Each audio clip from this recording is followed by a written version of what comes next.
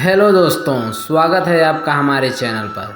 तो चलिए बिना समय गवाए भगवान के ज्ञान के महासागर में डूबकर अपनी चेतना को आगे बढ़ाते हुए अपने आनंद को एक अद्भुत सैर पर ले चलें। तो दोस्तों, यह कहानी है सुदामा और श्री कृष्ण की। बचपन में भगवान श्री कृष्ण और बलराम उज्जैन में स्थित ऋषि सांदीपनि के आश्रम में पढ़ते थे। वहाँ उनके कई मित्रों में से एक सुदामा भी थे। वहाँ पर सुदामा और श्री कृष्ण दोनों की बहुत अच्छी मित्रता हुई। सुदामा कृष्ण के खास मित्र होने के साथ साथ कृष्ण के भक्त भी थे। वो एक गरीब ब्राह्मण के पुत्र थे। सुदामा और कृष्ण भिक्षा मांगने के लिए आश्रम से नगर की ओर जाते और फिर आश्रम में आकर भिक्षा गुरु माँ के चरणों में रखने के बाद ही भोजन करते थे। लेकिन सुदामा को बहुत भूख लगती थी, तो वो चुपके से कई बार तो रास्ते में ही आधा भोजन चट कर जाते थे।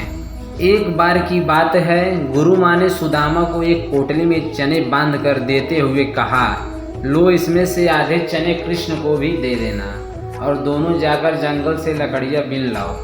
दोनों जंगल से लकड़ियाँ बीनने के लिए निकल जाते हैं। तभी अचानक वहाँ बारिश होने लगती है और उनके सामने एक शेर आ जाता है, जिसे देखकर वह दोनों भयभीत होकर पेड़ पर चढ़ जाते हैं। उसके बाद सुदामा पोटली में से चने निकालकर खाने लग जाते हैं। इतने में कृष्ण को खाने की आवाज़ आती है। कृष्ण ने कहा, अरे ये कटकट की कैसी आवाज़ आ रही है? सुदामा, तुम कुछ खा रहे हो क्या? सुदामा ने कहा, नहीं, ये तो सर्दी के मारे मेरे दांत कटकटा रहे हैं।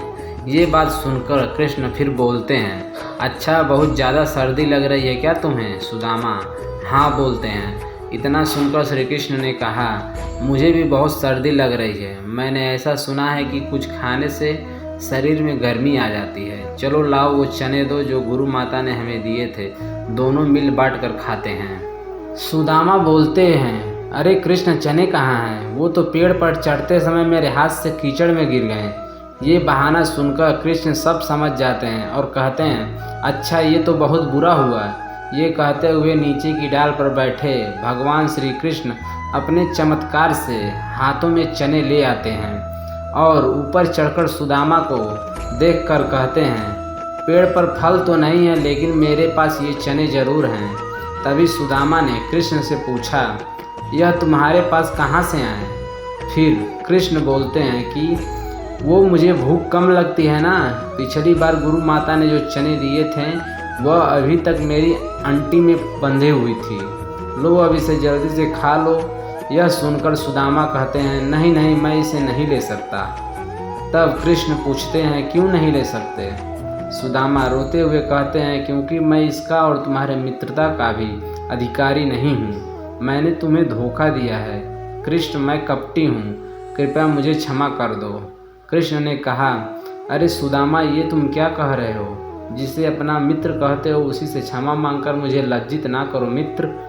इस तरह से दोनों में सुलह हो जाती है और फिर एक बार श्री कृष्ण सुदामा को वचन देते हैं कि मित्र, तुम जब भी खुद को संकट में पाना तो अपने इस मित्र को जरूर याद करना। मैं तुम्हारी मदद जरूर करूँगा। तो दोस्तों, कैसी लगी यह कहानी? अगर अच्छी लगी हो तो लाइक, कमेंट, सब्सक्राइब जरूर करें। धन्यवाद।